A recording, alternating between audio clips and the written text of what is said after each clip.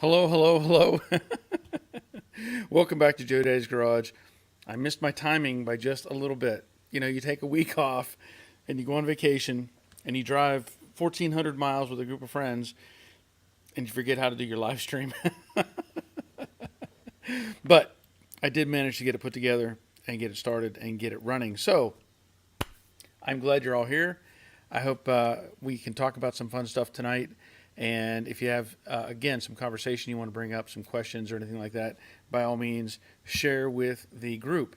If you do have a question and we get some answers, you get the bell. Yep, the reward system I have.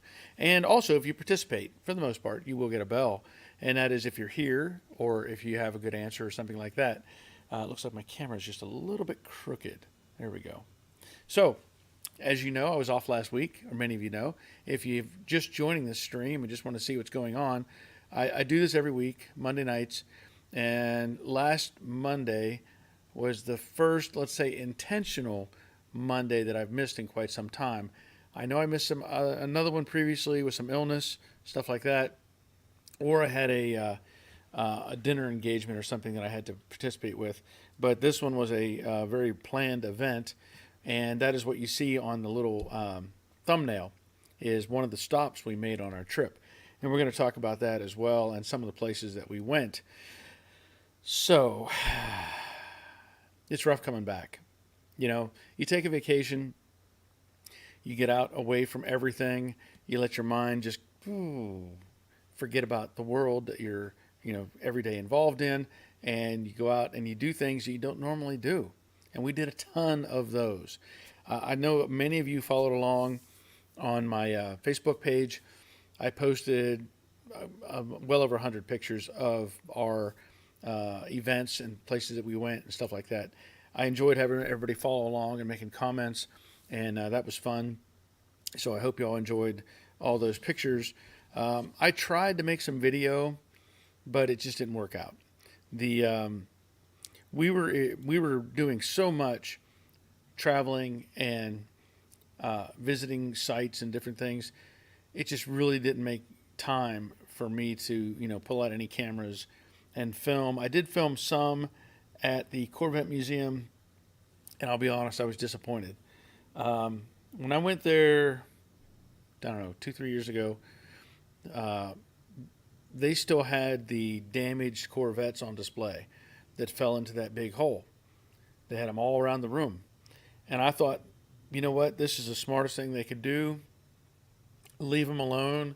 I don't care what special edition it was, whatever.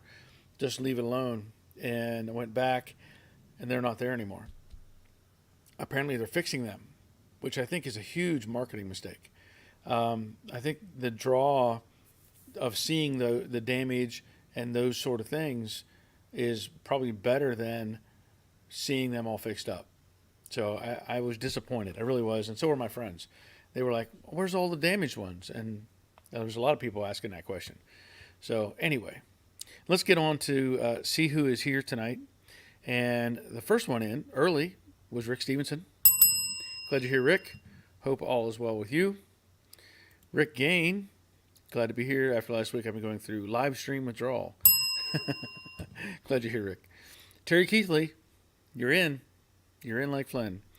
Evening all, it's Monday Night at Barry's. Please hit the like and thumbs up. Yes, by all means. And we have Steve Grimes checking in from steamy South Central PA. I really enjoyed your vacation pictures. Thank you, Steve. Glad you went along for the ride. It was a lot of fun.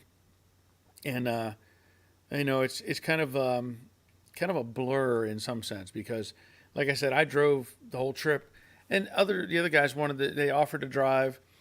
My one friend is a Mac Tools dealer, so he drives every day, and I know he didn't want to really drive, and I feel more comfortable when I'm driving, to be honest.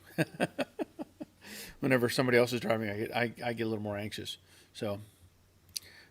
Steve's Money Pit. Hopefully you did some work today so you have something to show. You're well rested now. Thumbs up, Mr. Celebrity. Thank you, Steve. Now what he's referencing, and we were on TV. I'll just say that we were on TV. They We stopped somewhere in Kentucky for the 4th of July, and they had a big fireworks display, and we had heard about this place, and we went there, and we got set up, and sure enough, we were about 300 yards from the fireworks launch site, which was pretty cool, and they were going right over our heads. It was really really cool, but there was a news crew that came around, and they were looking for people to interview, and it appeared none of the local people wanted to be part of the interview, so they asked us, and we're like, yeah, sure, why not? We're here, and we told them what we were doing, and so we ended up having a little short video clip, which was fun. Tommy, Busted Knuckle Garage, checking in from Alabama. Been helping my son with his 65 coupe to fastback conversion. He has installed a Mustang 2 front end for an engine swap, stripping and cleaning. Good. That'll keep you busy. Dave Conville, good evening all. Good evening, Dave. Glad you're here. Jerry checking in from the Money Pit in Middle Tennessee. Good evening all. Thumbs up for Barry, by the way. We're back home after our 5 days of driving from Utah. Ooh, that's a lot of driving, isn't it? A lot of driving. Dawn's Manufactory. Hello all from Balmy PDX. Putting Buffy to Betsy. Buffy. Wait a minute. Putting Buffy to Betsy, and she's shining up like a new penny. Okay, awesome. That's awesome. Good to hear that, Dawn. Roger checking in. Hindsight 67. Greetings from next door. Glad you're here, Raj. Glad you're back from your trip as well. Ed Cucciarella. Hello all. Hope you had a great 4th. Oh yes, we did, and I hope everybody else did as well. David and Cheryl. Hello everyone on this warm day in Missouri. Glad you're here and along for the ride. You get some extra bells. Missed you. Jeff Reynolds. Greetings from Barking, East London, UK. Evening, mate. There we go. I don't know. I'm terrible. Glad you're here, Jeff. Haven't seen you in a while. Hope all is well. Jerry checking in. Howdy all from Northeast Ohio. Robert, is so pleasant to be around here than in Texas. Okay. Robert as well, the Infernal Craftsman, evening all from Northeast Ohio, enjoying the cold weather here. Not looking forward to going home, but going for custard and to watch the sunset on Lake Erie soon. Well, that does sound pleasant. Enjoy your ice cream, or custard, I should say. Jeff says, very long time, just from catching up by watching your 69 Cobra Jet Part 1. Well, there's plenty there for you to see. Keep watching. Thank you, Jeff. Leonard, that was short and sweet. How's everyone doing? I think everybody should be doing okay. But glad you're here, Leonard. David Cheryl, just Cheryl. David is at work. Okay, well, glad you're here, Cheryl. Evans Garage. Hey, everyone. Hope you're doing well. Barry, question about the CJ. With as much original metal, but adding mini tubs is only going for a vintage drag setup. Well, glad you're here, Evan. That's a good question. He's going for a resto mod style, is what we've talked about. So that's all I can say. Resto mod and whatever you can narrow that into that box, I guess. That would be cool. But the old drag cars also had like 31 to 33 inch tires. So the mini tubs probably wouldn't even work with that because you have to enlarge, that opening so much for those kind of big drag slicks. But I don't think he's going for an intentional drag race look to it. Terry, so Robert is in Buckeye country. Well breath deep, bro. The air is, breathe deep. Sorry. There's no E. It should be, well, breathe deep, bro. The air is pure heaven. Okay, there we go. Troy Justin, hi from coastal Georgia. Sorry I'm late. The dog needed to play ball. Well, nothing wrong with that. Keep the dog entertained. Rick, they fully restored all the Corvettes that were damaged in the museum except for one. Well, even that one wasn't on display. So, like I said, I I think it's a really bad idea from a marketing standpoint. Just my thoughts. Rusty's Restoration, hello from Southern Indiana. Give a thumbs up. Yes, thank you, Rusty. Mr. Mikey, 109 on my thermometer in South Texas, trying to stay cool. Greetings, glad to be here. 109. Well, that's a lot better than what was it here? I just looked at it a minute ago. It's currently 83, and so our lows this week are going to be in the mid 70s, and highs are going to be in the low 90s. So, yeah, I'm 109. That's rough. Glad you're here. Denny Alvey checking in. Hello from Paducah, Kentucky. Glad you're here, Denny. I was all over Kentucky this past week. All over the place. Robert, only 80 degrees here today, but it'll be 105 when I get home. Yeah, not fun. Crash Rider, welcome back, Joe Daddy. Appears you had a good time and good food while traveling. You were only about 8 miles from me in southern Indiana when you visited Churchill Downs. Everyone, thumbs up, please. Well, man, that was a difficulty. I didn't know what our schedule was. I really didn't. The women arranged everything we did, and I didn't find out till the next day. What are we doing this day? What are we doing this day? All I knew, I was told to drive, go to this destination. But sorry I missed you. It would have been nice to meet up with you. Sorry. Nick says hello. Hello, Nick. Glad you're here. Michael Pagliarini, hello all from Wet, Rhode Island, welding a passenger side floor pan in, and just run out of gas. And I guess that's dope, I guess. Like Homer Simpson. Nick, my painter is sick, and I don't know when he can return to work. The drama continues. Hopefully he is okay, though. He's a good fellow. Something about diabetes issues. Yeah, diabetes is never fun. No fun with diabetes. Okay. Whew. Got everybody checked in. At least everybody it's already here as of 13 minutes into tonight's broadcast. Okay. So what I wanted to tell you about was some of the stuff we did. Obviously I didn't do any car work last week. I'm pretty much recovered from all the time running around. But we did a bunch of different things. And I know that you probably saw the thumbnail that I have put up. And that thumbnail is from a place in, I don't know, it's in Kentucky. I don't know the name of it offhand. But it is Wigwam Village, I think is what they called it. And that place was, if you saw the movie Cars, the cartoon movie Cars, they had, here, I'll just put this up so you can see. And that's our van. Do you see in that picture in the middle between the two wigwams? They're actually they're teepees. They're not even wigwams.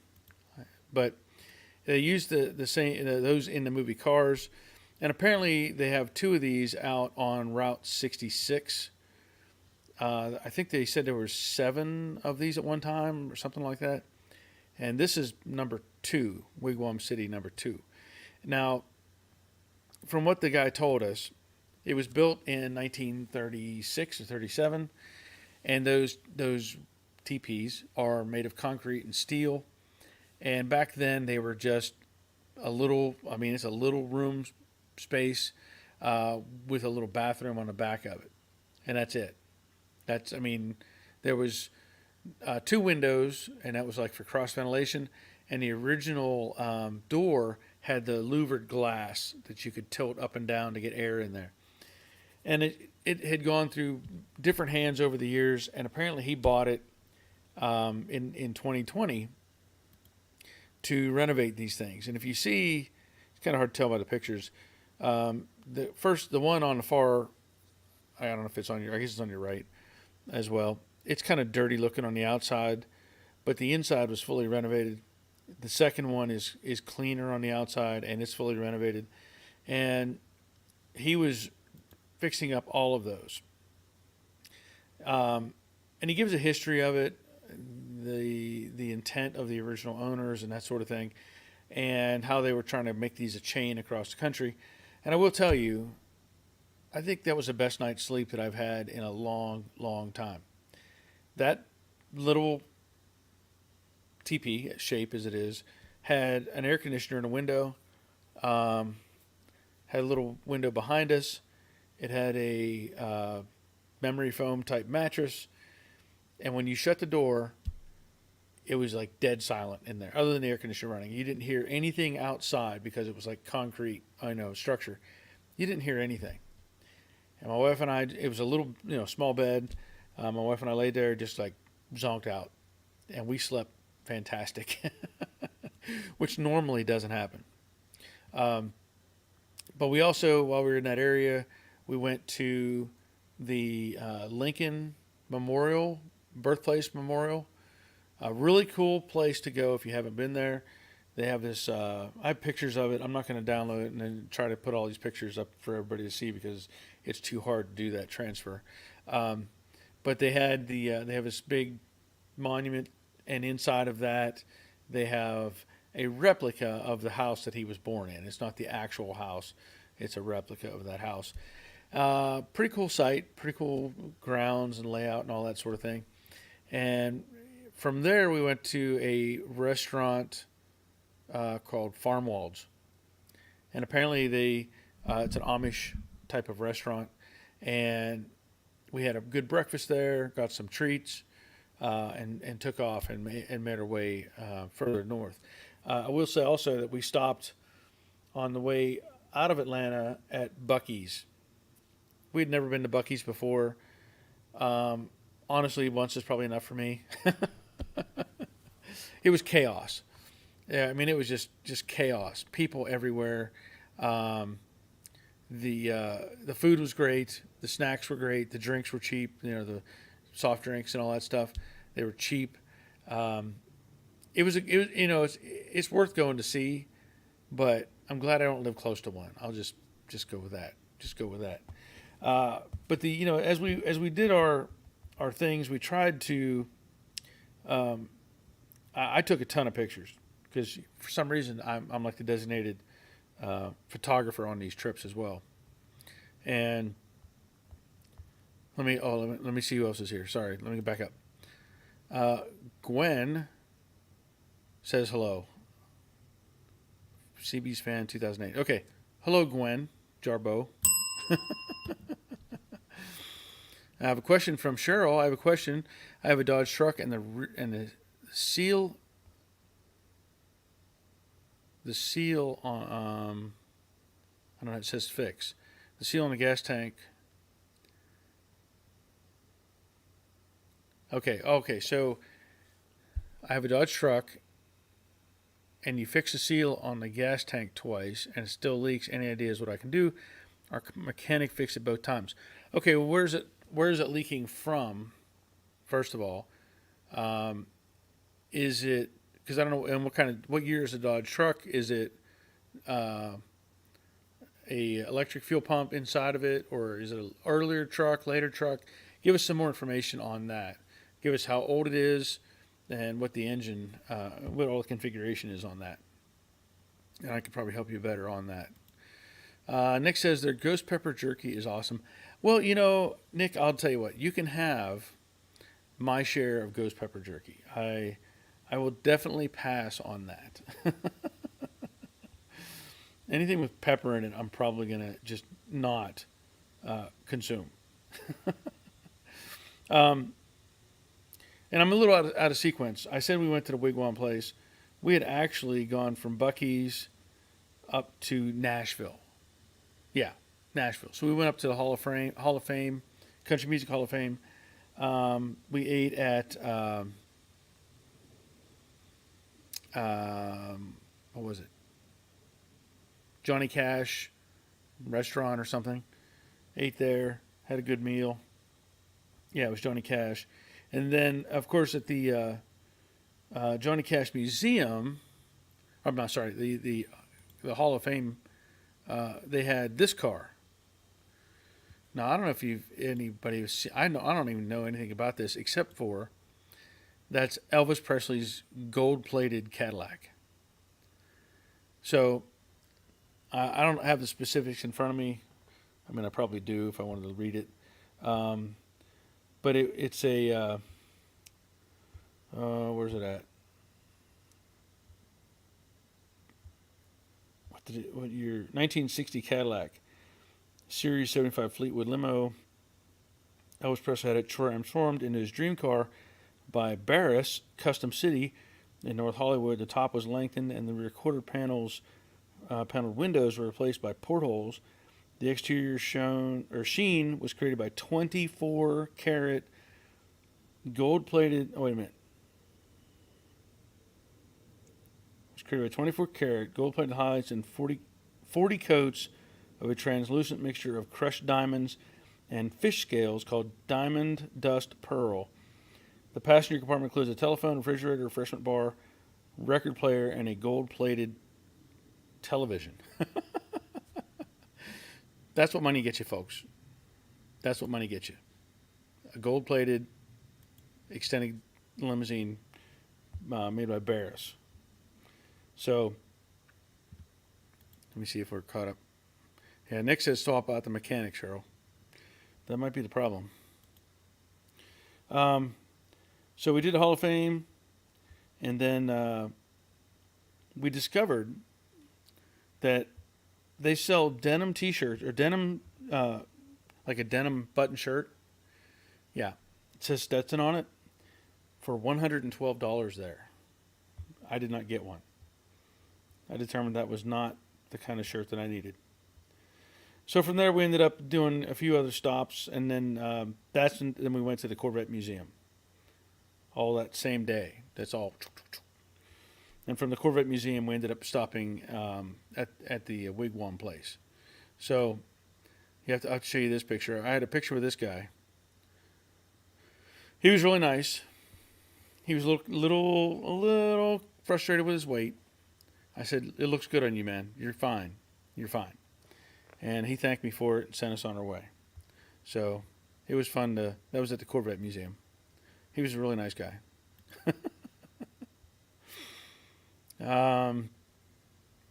Okay, so Gwen Jarbo, did you ever have cable TV? Oh, actually, not growing up, I didn't have cable TV. We had an antenna. That was it. 3 channels. Yeah, we were like cavemen. We didn't have cable TV until I moved to Georgia in '91. Never had cable TV till then. So yeah. And we have Crash Rider. The wigwams are located around Cave City, Kentucky area, I believe. Yes, that is correct. Cave City sounds correct. Thank you for that. And they were really neat little buildings. I mean, like I said, they're nearly soundproof. And then we had done at the Farmwalds place at the Lincoln. Well, the next morning we went to Farmwalds and then went to the Lincoln Memorial. And from there we ended up going to Maker's Mark. Yes. I'm not. I mean, I will enjoy an occasional drink, but I have friends who are more serious about it than I am. And so that's why we did that. And we went to Maker's Mark Distillery. Really, really impressive. I mean, great tour, samples, all that stuff.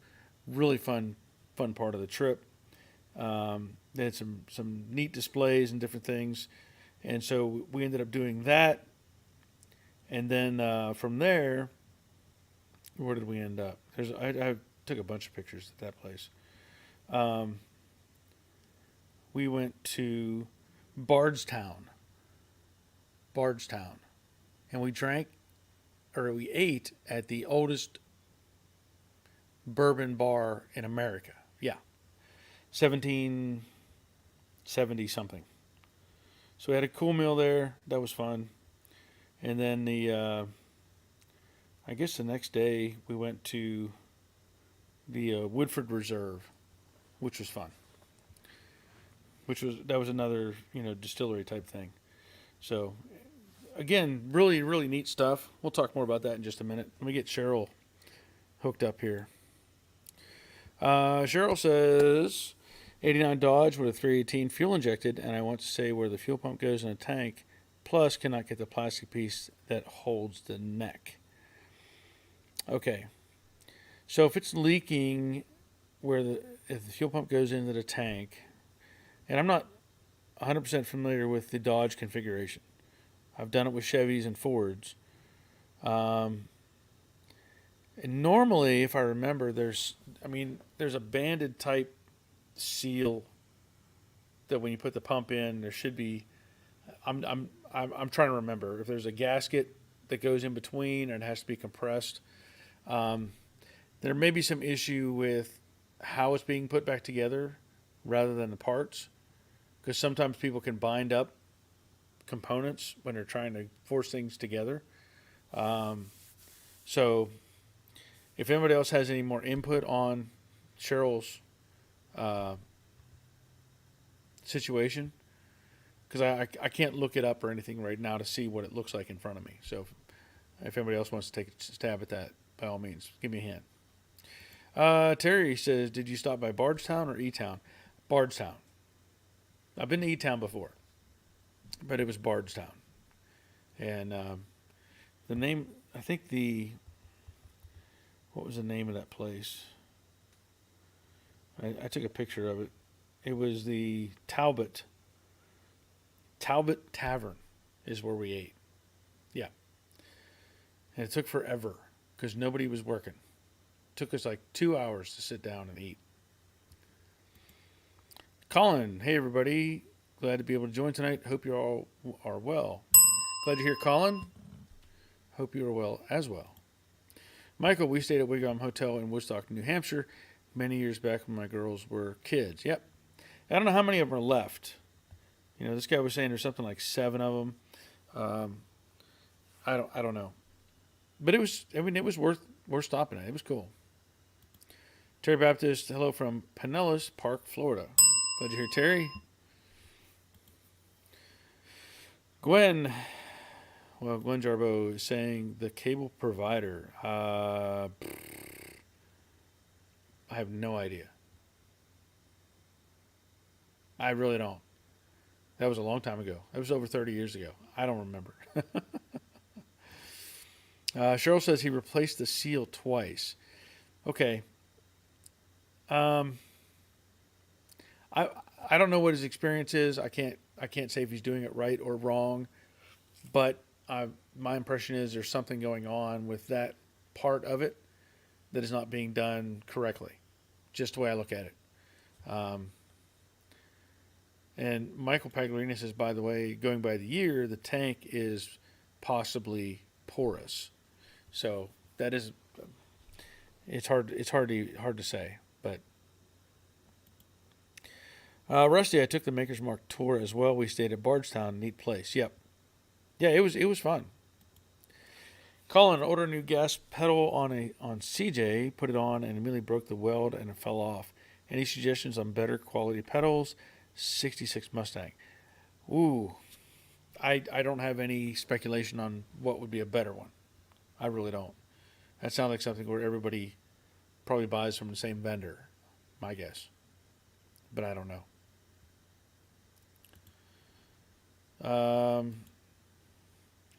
Gwen Jarbo, can you guess? I really don't know. I mean, when there was Comcast, I think Comcast was still back then. Maybe AT&T.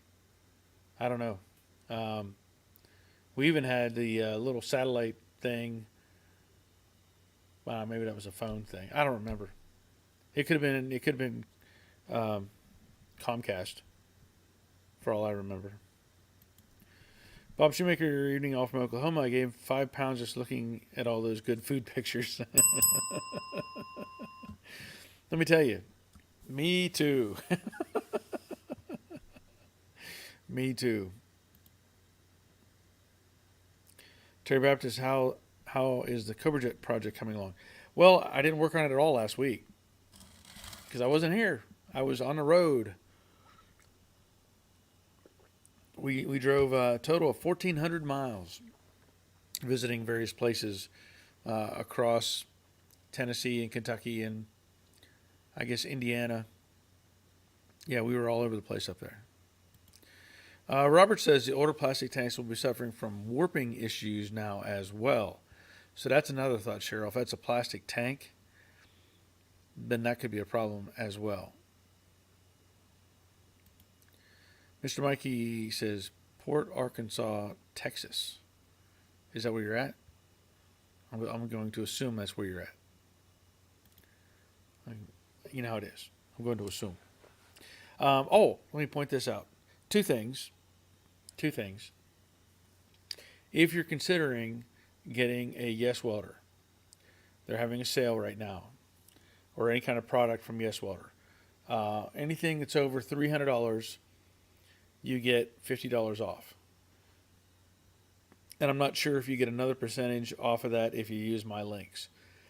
If you're interested, like my previous video on the Cobra Jet, if you go look in the description, I try to put in all the discounts that I have available, and there's links to that stuff. So if you're looking at getting something from them, you can click on my link and then go through and get the welder, whatever you're interested in. Just letting you know. The other thing, part 2 of that, if you'll notice, I have this sitting here. Okay, so I'm announcing that I'm going to be making a video for this welder. This is another company. So this is just a brief shout out for them as well. This is Arc Captain, ARCCAPTAIN, and that is a MiG 200. This welder, I get these people that they contact me all the time, wanting me to promote their products or whatever. And I've said it before. For the most part, I don't even care what they're selling. I'm not going to look at it. Like one company wanted to send me a screen protector for a laptop. I'm not promoting your screen protector. Sorry, I don't care. I'm not. That's pennies. Value or whatever. And then like one time a bird feeder. I'm like, do you even look at my channel? No. I'm not going to endorse a bird feeder. I get stuff for just little trinkets, little trinkety things. I'm not going to promote any of that.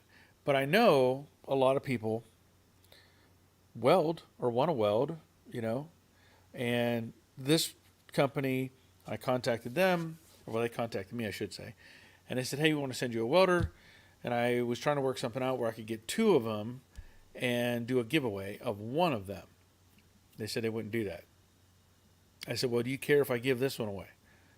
And they said, no, it's up to you. You can do what you want. So that's what I'm going to do.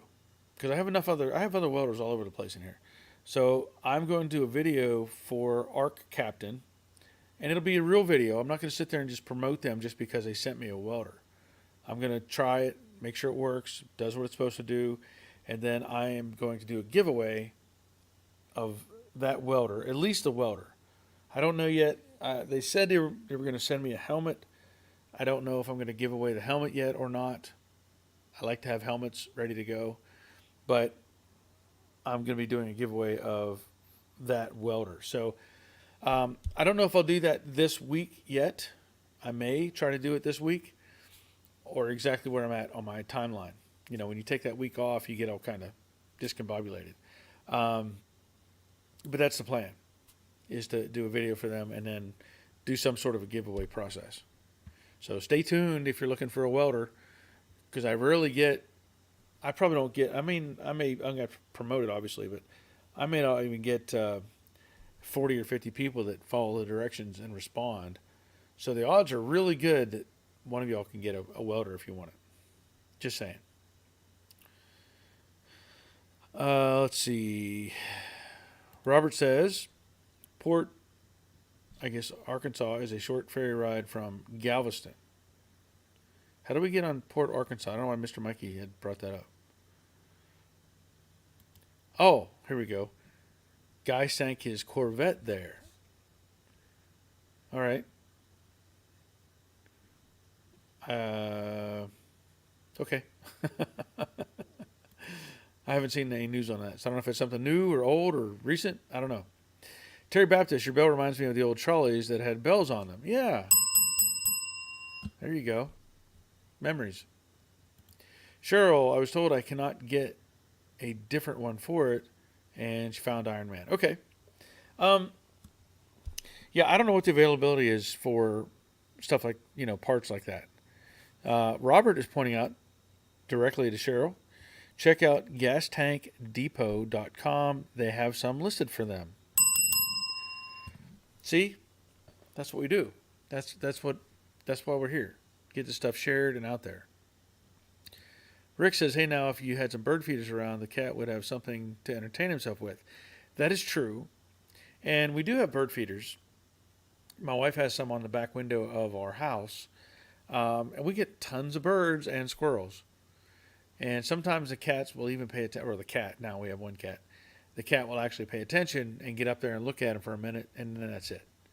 She doesn't really get concerned. But we do have typically uh, cats. I mean, a variety of birds and squirrels that make an appearance. Mr. Mikey, news tonight used an outboard for a tow vehicle.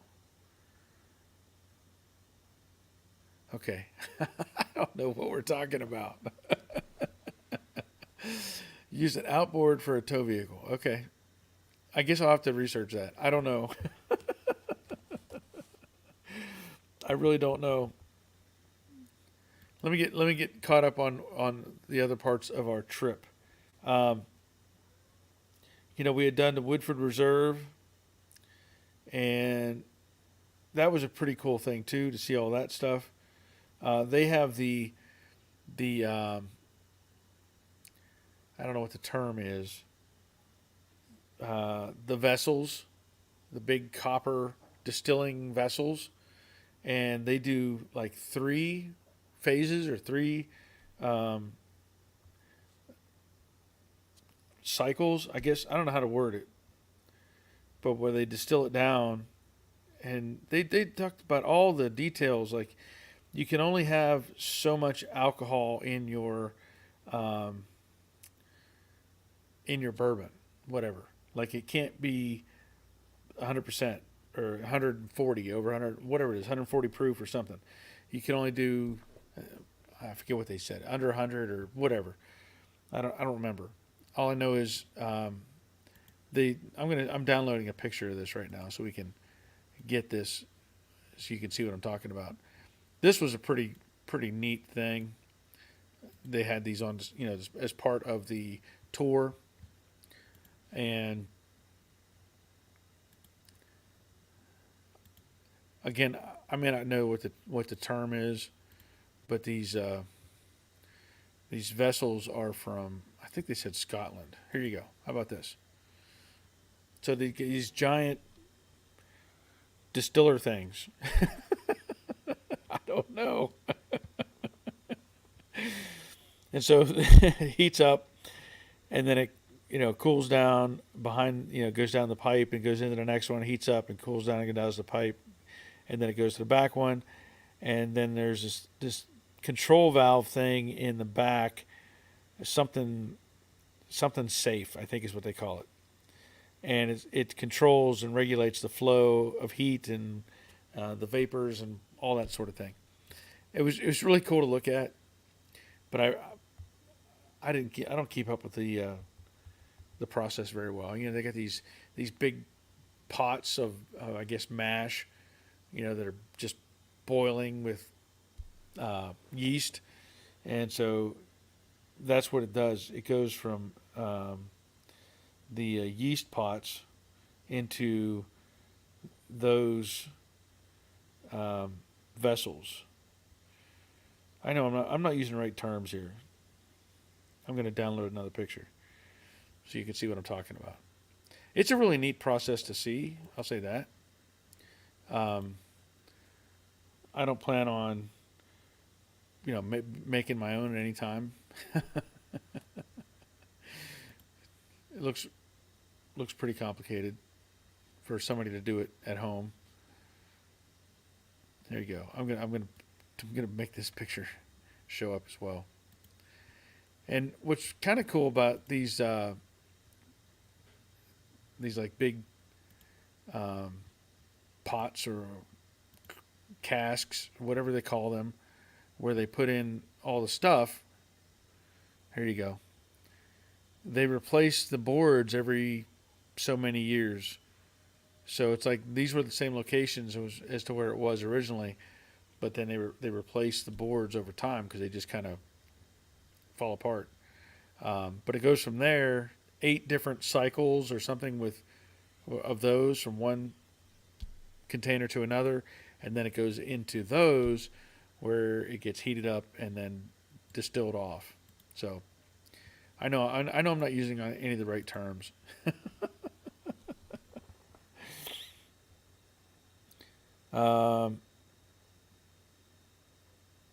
Okay, so Terry Baptist says I think they call them vats. That is probably maybe what this is. And let me tell you, those things were making a lot of heat. There was a lot of heat coming out of those. Let me see what else we have. Hold on just a second. Robert says, no problem, Cheryl. Woodford Reserve is good stuff. Very good to add when smoking ribs. Okay. Okay, kettles. That sounds good. We have kettles and vats. I'm tired still. Just Cheryl says, gotta go, everyone. Gotta take care of the dogs. Okay, well, glad you're here, Cheryl. Robert called them genie traps. Well, you know what? It could be considered a genie trap, I guess. Could be. Like I said, I don't know. I always like to look at what they're doing and how, just the process.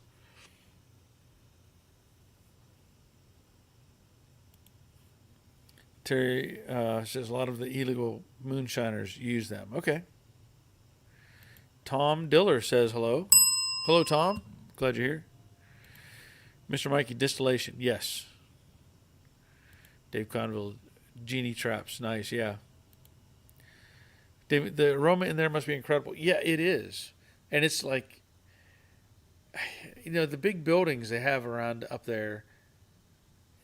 One place you look at and it says, oh, we have 5,000 barrels in this building, right?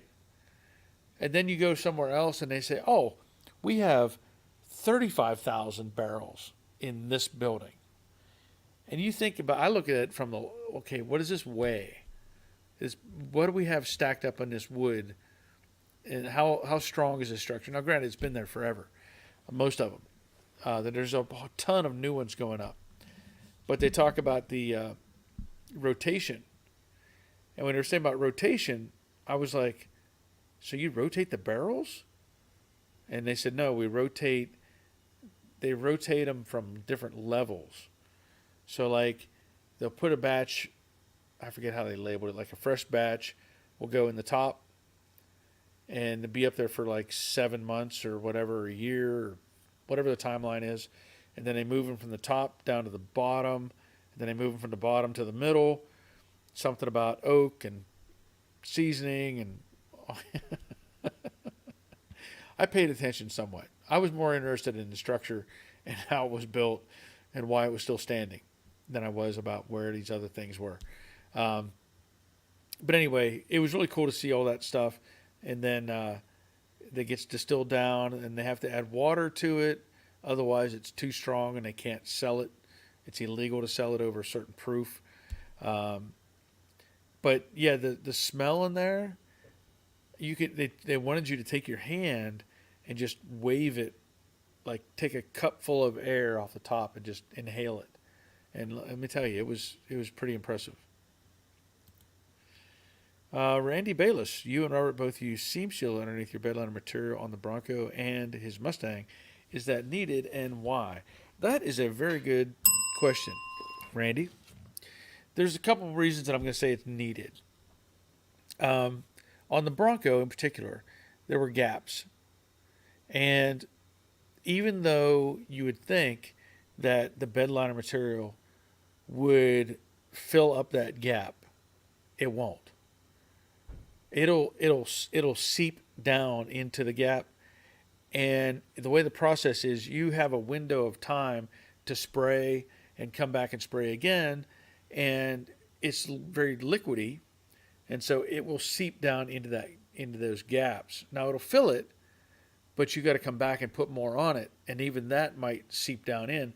You may find yourself applying a whole bunch of that bed liner material trying to fill that gap, and that is not how you want to handle it.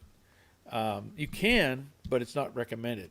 By putting in seam sealer, you've created a bridge. You've created this little bridge that fills that gap. So when you spray the material, your chance of having that gap and having fluid flow into it is gone. Now you have a place where it can just cover it, and it makes everything a smoother transition. Now on the Bronco, it's probably more critical because you're seeing that floor pan every time you get in and out of the vehicle. On the Mustangs, in this case, Robert, he could rotate his upside down on the rotisserie. Well, if he had any gaps, it could still flow in, and it could actually flow out depending on where it's at, and end up on the inside of the vehicle, in trunk area or wherever. So you really want to make those bridges with the seam sealer to keep that stuff from flowing where you don't want it overall. Also, there's probably some value to it being that the seam sealer remains somewhat flexible, whereas the bed liner material gets pretty hard. So if you do have some flexibility, if that seam sealer, if the bed liner material is a plastic block that's wedged in between two pieces that can flex a little, it's possible that could break loose and come out, where the seam sealer is going to stay there and act as that bridge and take away some of that. So those are just some ideas and reasons that I think it's a good idea to use a seam sealer. Hope that helped. Good question. Mr. Mikey, 169 to 172 degrees, alcohol will light up good with a match. That is not the plan, Mr. Mikey. That was not the plan. That would be pretty scary to see one of those places go up. I'm sure it would be impressive. Rusty says Rick House. I don't know what that is. Dave Tyson, good evening all. Good evening, Dave. Roger, one of the more interesting things at the Jim Beam Distillery is a Baptist church between two it's called a Rick House. Is that what we're saying? I don't even know. I was taking pictures when they were announcing the names of that stuff. So the building that holds the barrels is a Rick House. Okay. Thank you. Roger says one of the more interesting things at the Jim Beam Distillery is a Baptist church between two Rick houses. Yeah, I could see where that would be interesting. See, I'm learning things even today. The Rick House. Okay. Okay. I'll go with that. And Roger says Rick House is where the barrels are stored to age the bourbon. Okay. Yeah. Yeah. Like I said, I sort of kind of paid attention. I was more interested in taking pictures, looking at the structures, looking at the buildings, looking at how things, operate, rather than the name of this or that or the other. Just the way I am. More about the engineering. William, did you camp in a teepee? It wasn't actually a teepee. I mean, it looks like what we traditionally would call a teepee. They called it a wigwam, which it wasn't a wigwam either. But technically, I guess we did stay in what would be considered a teepee. And that was but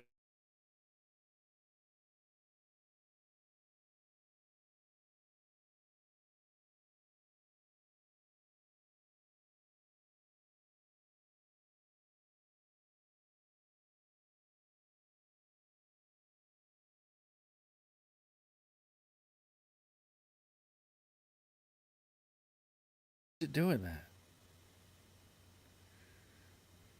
I don't even have Wi-Fi hooked up out here. Why is it trying to do Wi-Fi? Okay, I'm hoping you can still hear me, and it's still working. But we stayed in those, and they're made out of concrete and steel. Um, very, actually very comfortable to sleep in. Good night's sleep in that place. Okay, Terry Baptist, what is the difference between a Cobra Jet Mustang and a Mach 1 or a Boss 302 or a Boss 429? Sorry, my computer went to Wi-Fi, which I don't even have Wi-Fi out here. So Rusty said you lost me for a second. Okay, so let's get caught up. Um, Cobra Jet Mustang and a Mach 1 or a Boss 302 or a Boss 429. That's a lot of that's a lot of things to cover. Okay, so we have. Let's just start off with a basic Mustang, which would be a coupe, right? And there's variations of that. They build Shelbys, and you could get 390s in them and different configurations. But if you go to the sport roof, base model sport roof, um, then you could pick up a Mach 1, which is really kind of just a trim package. It has the hood scoop, like the 351 cars. It didn't even do anything. It was just a hood scoop. It had the wood grain dash stuff. It had the bucket seats with a little red stripe in them. The striping on the sides, the reflective side stripes. And then it would usually have the chrome wheels. They wouldn't necessarily, they'd be the GT style wheels, let's say, but they wouldn't have a GT hubcap on them. So that was your Mach 1. And the Mach 1 you could probably order. I know you could get a 390, a 351 Windsor. I don't think you get anything smaller than the 351 in those. I could be wrong.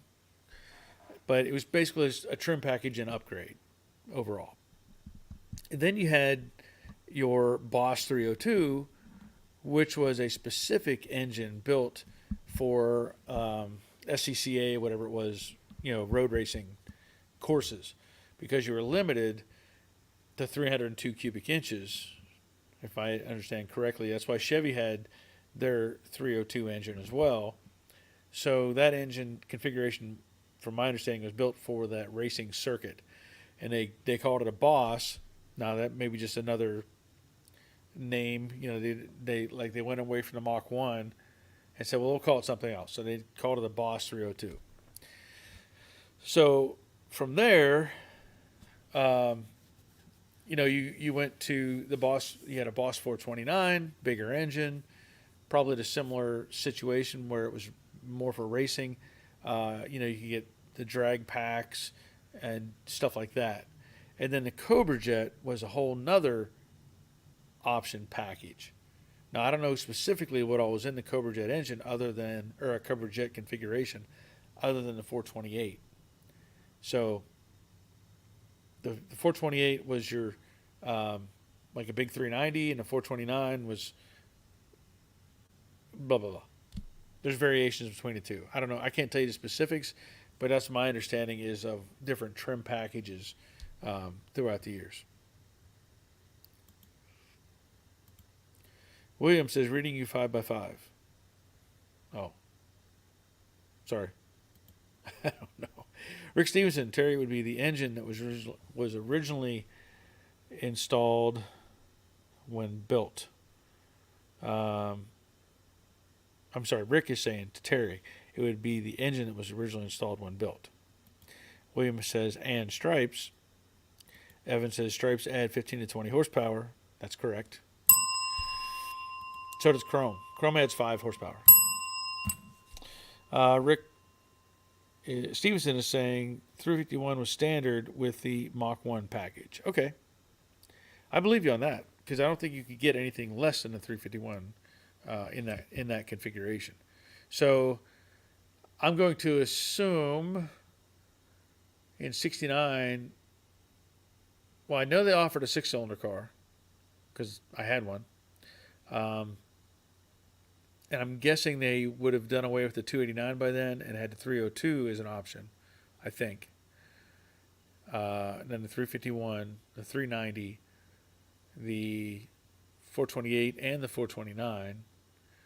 I think that was your limit on engine choices at that time. I'm not sure about the six cylinder, whether I know the one that I had was a 200. It was a 1970 model I had. And it was a 200 six cylinder engine. So it was a little engine as far as cubic inches go. Robert, the Infernal Craftsman, heading out for Custard. Good night, all. Glad you're here, Robert. Enjoy your sunset on Lake Erie. Dawn's Manufactory 428 Cobra Jet had an oil cooler, had power steering cooler, forged internals, better cam, large port heads. Well, there we go. I'm glad you had the answer for that. And I'm guessing the rest of it was just kind of like the Mach 1 package. Overall, you would have had the stripes on the side, because it was based on a Mach 1 from my understanding. Now, there may have been some special orders that were 428s that did not have the Mach 1 package.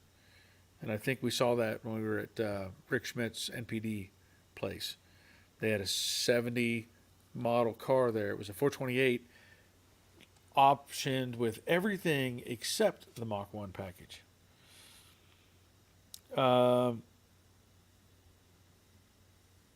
Let's see here. Dave Tyson saw a new Mustang today, 4-door. Nope, you did not. You did not. That's not a Mustang. That's an SUV. Terry Baptist, was it a V6 or straight six? It was a straight six. It was a 1970 coupe, straight six, 3-speed manual. About as basic as you could get. But it was technically the first Mustang I ever rebuilt, because it was wrecked, and I ended up putting it back together.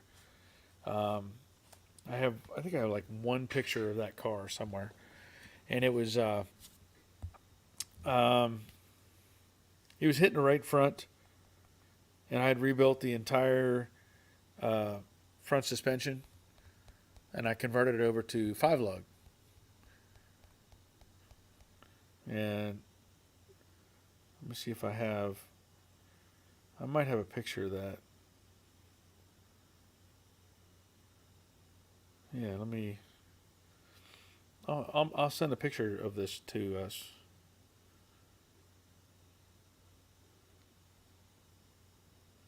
It's not a very good picture, but it'll work. So let me get that here.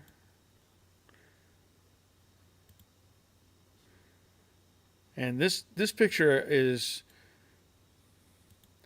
it's a good picture. It's also kind of a I don't know if I want to say a sad picture, because this was taken at the junkyard, probably in 1985, 84, 85. And this was back when the junkyard was still pretty substantial. And of course, it's all gone now. So here's this picture, and you can see that's my 72 Chevy pickup that I had. That was originally a 307 with a 3-speed on the column, and I converted it to a 350 with a Granny Low 4-speed out of a 57 Chevy pickup. And then the car sitting behind the truck is a 70 Mustang Coupe. It does have a 69 front clip on it. When we got that car, that was the only 70 model car or Mustang that we had in the whole place, other than a yellow 70 Mach 1 that was up right behind the house, which my dad eventually sold, I guess. But my sister had driven a 69 Mustang that was a V8 automatic, and it rusted apart. And so the 70 showed up with the right front smashed, and I rebuilt that car. And I used the front clip off of my sister's 69 Mustang. So I turned it into a 69 nose, but it had the 70, everything from there back was 70. And then I put on 5 lug wheels and I pulled the rear end probably out of my sister's car and put in underneath there. So I had a 5 lug set up front and rear. Now I did all that when I was like 15 or 16. So that was the first Mustang. And then the thing was that car had been in a wreck, and we were supposed to get it inspected, and my dad wouldn't get it inspected. He never did get it inspected. So I never got to. I drove it all over the place around the junkyard, drove it up and down our road, but I was never had it legally on the road. And it was I mean it was a decent little car. It had the 6-cylinder engine, and somebody put headers on it, not me, but it had headers on it, and I would take it up out the road from where we lived. There was a intersection that always had like pea gravel out in the middle of that intersection, and so this counts as a junkyard story too, by the way. So I've talked about this car before, but I would take that car out to that intersection and do donuts. When I was 15, because I was the only one at home, and nobody was close to us. So I'd drive out there and just do donuts out there in the middle of that intersection. And I ended up driving that car. I spun it off into a ditch, and I panicked because I didn't know how to get it out of the ditch. I couldn't go forward, so I ended up backing up all the way till it was right next to a graveyard. So I backed all the way out to get out of that ditch and got back up on the side little gravel road by the graveyard, and was able to get the car back onto the main road, and then took it back home. Man, nobody ever knew about that, but I was never able to get it actually back on the road, and it sat. When I went in the Army, my brother had taken it and set it up on top of like a big bread van truck. Had set it up on top of that.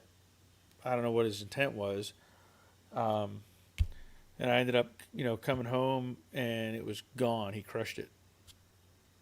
Yay! Always fun. Yes, Dawn. It was a 200 6-cylinder inline six. Simone, hi Barry in chat. Just a quick stop. Glad you're here, Simone. And I went to a classic car show last week, and there was a 1960 right-hand drive Pontiac. I can't remember the model, though. Well, that could have been a Catalina. Gosh, what are the other ones? Something with a Pontiac. I feel like something with a B. I want to say Biscayne, but I don't think Biscayne is the answer I want. I can't think of all those that were made in it. Danny Alvey, my dad had a. Oh, sorry, I meant Simone. Forgot to give you a bell. Danny Alvey, my dad had a 69 Mustang Coupe with a 428 Cobra Jet and 4-speed, red with a vinyl top. R code was a shaker hood, and Q code was non-functional hood scoop. R was for race. LOL. Red with vinyl top. Okay. So I did not know the codes. That's what they meant. Was R was shaker, and Q was non-functional hood scoop. Interesting. Thank you, Danny. Good information.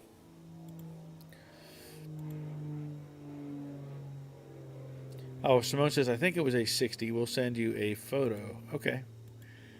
That's fine. And if it shows up, I will post it.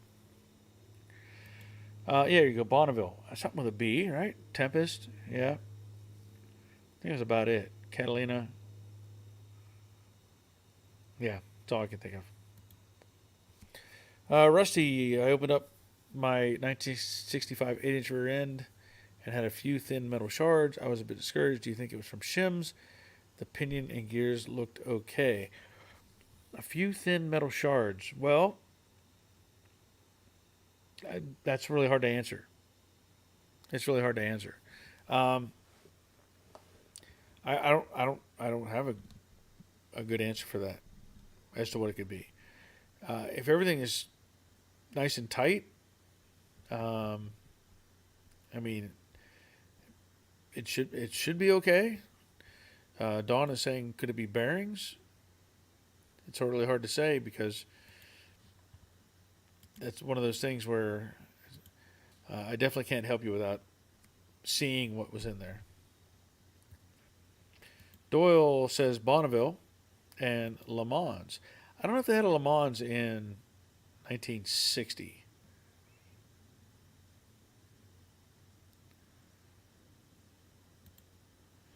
Terry, Ford never made a 60 Mustang. No, they did not. Yeah, we're not talking about a 60 Mustang. It's a 60 Pontiac. She said it was a she went to a classic car show and it was 1960 right hand drive Pontiac. Can't remember the model.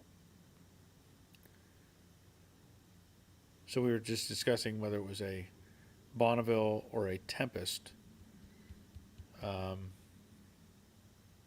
yeah, I don't think Le Mans came out till 63 or 4.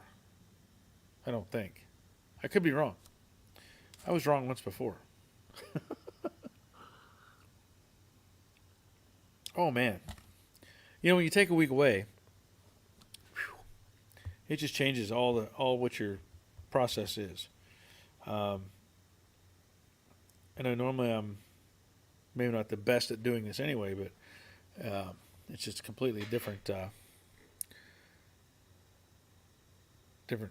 feeling right now. Was it a Barracuda? No, Pontiac didn't make a Barracuda. I never heard of a Pontiac Barracuda. Doyle says Chief. Well, I don't know. That Chief, I think, would have been it would have been probably back in 1960. I guess maybe. Okay, here we go. Let's see if I can't. Let's see if I can't, because she said she sent me an email. So let's see if I can get this to open up. If I have enough room. It may make me delete something. Oh, okay. Okay, so here we have a picture.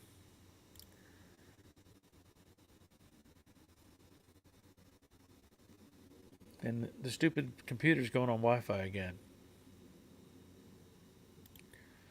Makes no sense. Terry Baptist says Biscayne. I can't make out that picture very well. Um, but that is, well, it's a two-door. It is a Pontiac. I don't think it's a 60 though. The tag on it says 68 on the front. So I don't think it's a 60. Maybe she meant 60s. But it is right-hand drive. That's interesting. That is interesting. And yes, it is a beautiful car. So I'm leaning towards it being like a 68. They were going for the pointy noses then. Um,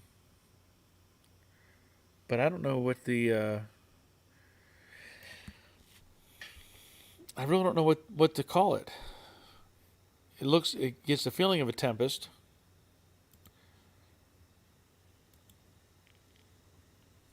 Don says Ventura. Well, that could be. That could be. Roger's saying Catalina. Like I said, the license plate on the front says 68. At least from what I can see. So I'm assuming it's a 68. Because that wasn't, they were doing double stack headlights a lot the 66 Ford. Um, Simone says made in Canada. Oh, so if it's made in Canada, it's going to be a different name. It's going to be a different name from Canada. They used a whole different bunch of names on those things. Don says nope. That is a Bonneville front end. Yeah. What do they call the Pontiac? Like they had Arcadia, I think was one version. Ed Parisienne. That could very well be. Danny obviously says is a Canadian. Yes, it's a Canadian version. And Roger, Made in Canada does change things. They had different names. Terry says kind of looks like a Pontiac Le Mans. It does somewhat. Simone says, Ed, you got it. So the Parisienne, Ed is the winner. You can collect your prize at the end of the show on your way out the door. So Simone says Ed got it right. Parisienne. Yeah. Okay. That was great. Thank you, Simone. Oh, okay. So Doyle said Beaumont or Arcadian. Yes, I do remember Arcadian and the Beaumont name. But that was always kind of interesting whenever they, the Canadian cars had different, they named them different things for whatever reason. The Nova and the Ventura, there was like the Arcadian and different stuff like that. But hey, it's up to them, right? They just wanted us to buy them. But you would think they would, because like this Studebaker, it was made in Canada. It's still a Commander. They didn't change the name on it. It stayed the same. Simone, I love sharing photos I get over here with you guys. Well, we enjoy having them because a lot of times, the stuff that you've shared with us, we just don't see. We just don't see, especially with right-hand drive. That becomes intriguing to us. The only thing we ever see right-hand drive over here is typically a mail truck or, postal vehicle, something like that. So it is neat to see those different configurations, even though the steering wheel is on the wrong side, as we like to say. Jenny, is this a version of Stump the Cars? That would not be a bad idea. That would not be a bad idea. I could probably come up with some really good stuff. Of course, the internet helps everybody solve those problems, right? I had somebody ask me a question the other day on the Dune Buggy project. I had put in a new gas tank, and they were asking me if it was possible to put in a bladder tank. I'm guessing it meant like a fuel cell in that same location. I couldn't help them. I don't know, because I really don't know. I don't know what they sell in those variations that could be maybe fit in there. So sometimes it's hard to give an answer to somebody's question because I don't want to sit here and do all the research for somebody. If somebody has already looked at the gas tanks for a dune buggy and they sell a bladder version, well, then they need to pursue that. And if I have the information, I'm happy to share it. But I don't like to sit here and look stuff up. I'm not going to spend time doing that. Rick Stevenson or the occasional JDM vehicle. JDM. I don't know. What is JDM, Rick?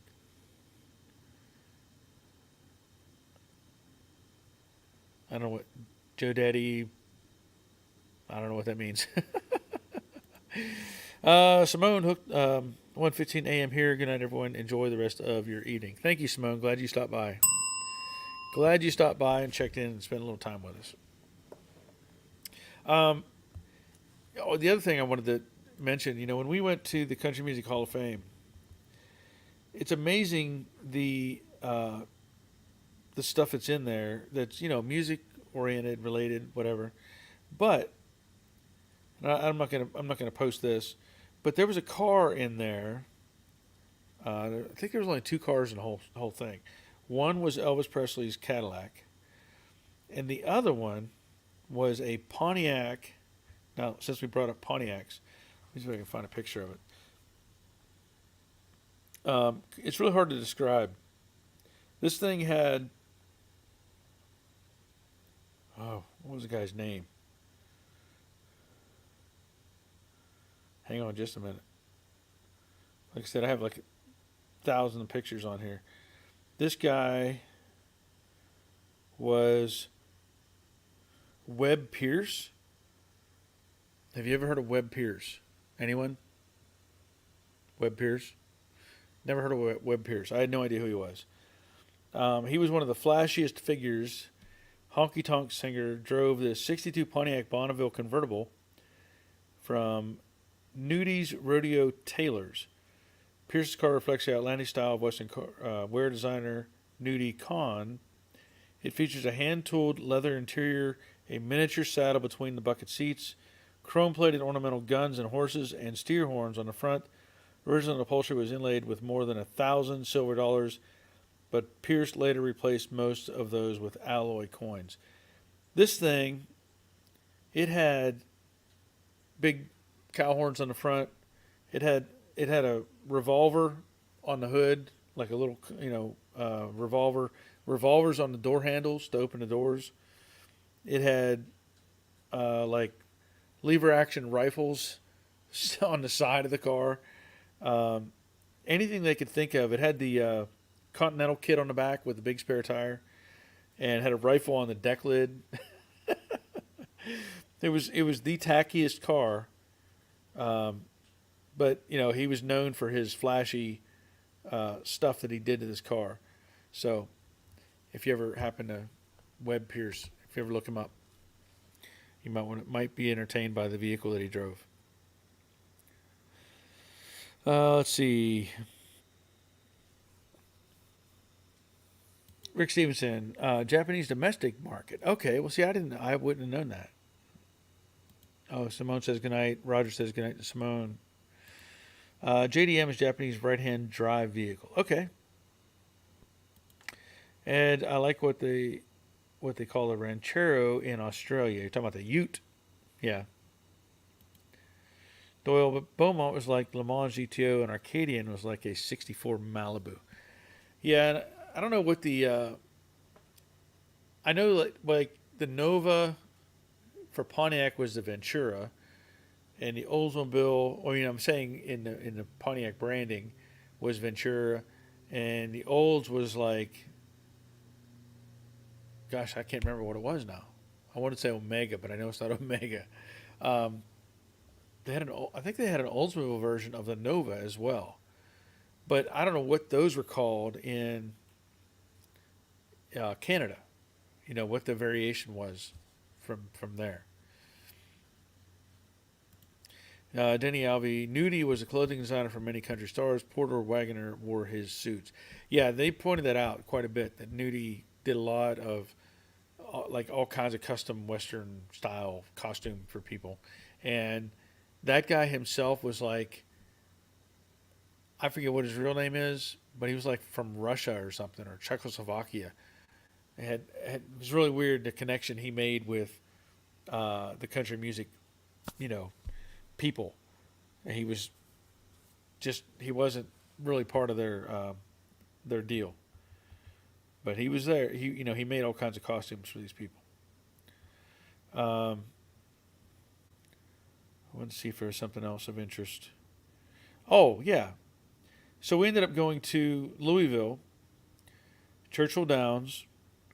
Got to see that, which I don't know how many of you have been to Churchill Downs or you know much about it, but Churchill Downs is like in the middle of downtown.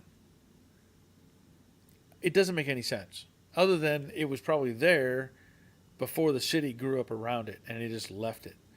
So, like the college university stadium is within eyesight right there of Churchill Downs. It was just like, wait a minute, what? You know, you think about this racing track and all the stuff around it, and they had um, it was right there in the middle, like in the middle of the town. We also went to the Louisville Slugger Museum and Factory, where they make the Louisville Sluggers in Louisville. Believe it or not, we went to a place called Barrels and Billets, which was the another bourbon place right next door to um, the Louisville Slugger place, and we ate at some place called Luigi's. Here's one of the cooler things overall. When we left there, we were staying at a bed and breakfast place, and it was in LaGrange, Kentucky. And let me tell you, everything out there is a horse farm. Beautiful horse farms everywhere. And most of them have their own running track, like an actual racetrack style thing on their property for the horses to run. Never seen anything like it. But in that town of LaGrange, there's a place called 119 West Main. And what's unique about this place is it's the only, from what they told us, I don't know, somebody can research it, it's the only town in America that has a train that runs right down Main Street. You know, years and years and years ago, that was probably not that uncommon, but as time has gone on, everybody has moved away from that. Now they have a train. They're the only place that has a train that runs right through the middle of town. And so when you're driving on Main Street, you're on tracks. You're, you know, riding on top of the tracks. But there was a restaurant there called 119 Main Street. And that had some food that was featured on one of the food channels. Had some sort of dessert. But if you've never had it, I suggest you go. You probably may have heard of a hot brown. Just telling you, I love food. Anybody who knows me knows I love food. There's a thing called a hot brown. Now, I never heard of a hot brown until we moved to Georgia, where they served them at Chick-fil-A. They served them at Chick-fil-A because the original Chick-fil-A served this at the one in Hapeville, the very first Chick-fil-A. So the satellite Chick-fil-A's would sell those similar items. So the hot brown in Chick-fil-A is a bowl with chicken that's cut into cubes. On top of that is a gravy with some sort of a cheese mixed in it. On top of that is 2 pieces of bacon. And then stuck into that bowl is 4 pieces of toast that's cut at a crisscross, cut at an angle. That's the Chick-fil-A hot brown. They used to sell those here at any of the Chick-fil-A's around the area. They quit doing that. The only place you can get that now is the original Chick-fil-A. So if you're ever in Atlanta in Hapeville at the Chick-fil-A and you're interested, try a hot brown. But that is a variation apparently of the Kentucky hot brown. So raise your hand if you've ever had a Kentucky hot brown. I have. I was very happy with that meal. It was it's 2 pieces of like Texas toast. On top of that is turkey and ham. On top of that is gravy with whatever cheese they put into it, like this gravy. On top of that is 2 pieces of bacon. And it was fantastic. So, just saying.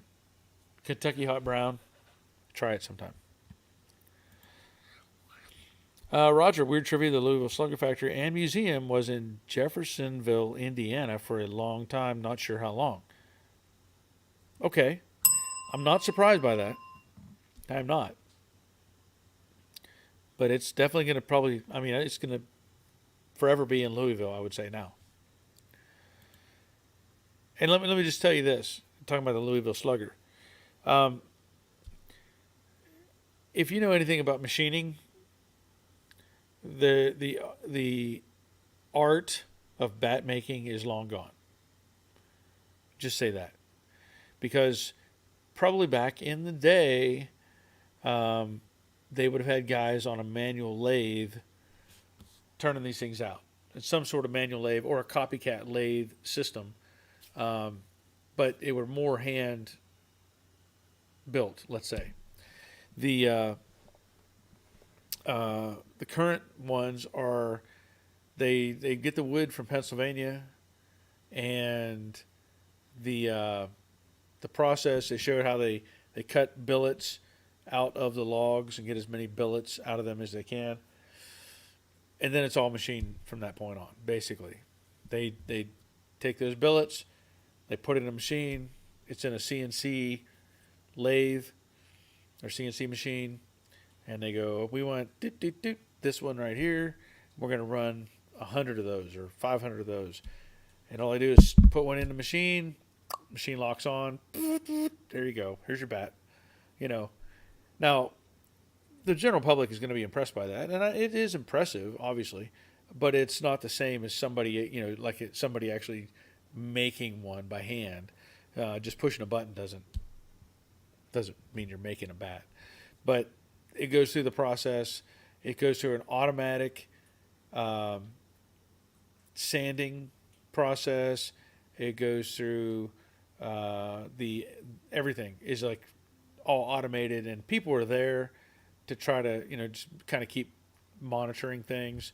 There is some hands-on stuff that they do, some of the printing or special label printing stuff and all that. But it was still really cool. It really was. Don's Manufacturer, St. Helens and Scappoose, Oregon have tracks going right down next to US 30. Okay. Well, their claim, maybe they're the oldest town. Maybe they're just the oldest town with a train running down the middle of it. I don't know. We only took their word for it. But I was surprised to think there wouldn't be some other towns out there that still had that. But thank you, Don. Denny Alvey, came from the Brown Hotel in Louisville. Okay. Roger, the art of manual machine is dying, be it metal or wood, sadly. Yes. I mean, obviously the quality control is there. They can put out a duplicate bat every single time, but it's not the same. It's kind of like watching robots build a car. Right? It gets all welded together and dip it in paint, bring it out, and the guys, put the seats in it and dash. Kind of how it feels. Crash Rider, the Kentucky State Penitentiary is also located in LaGrange. I've heard the food is good there too. Oh, well. Okay. I'll take your word for it.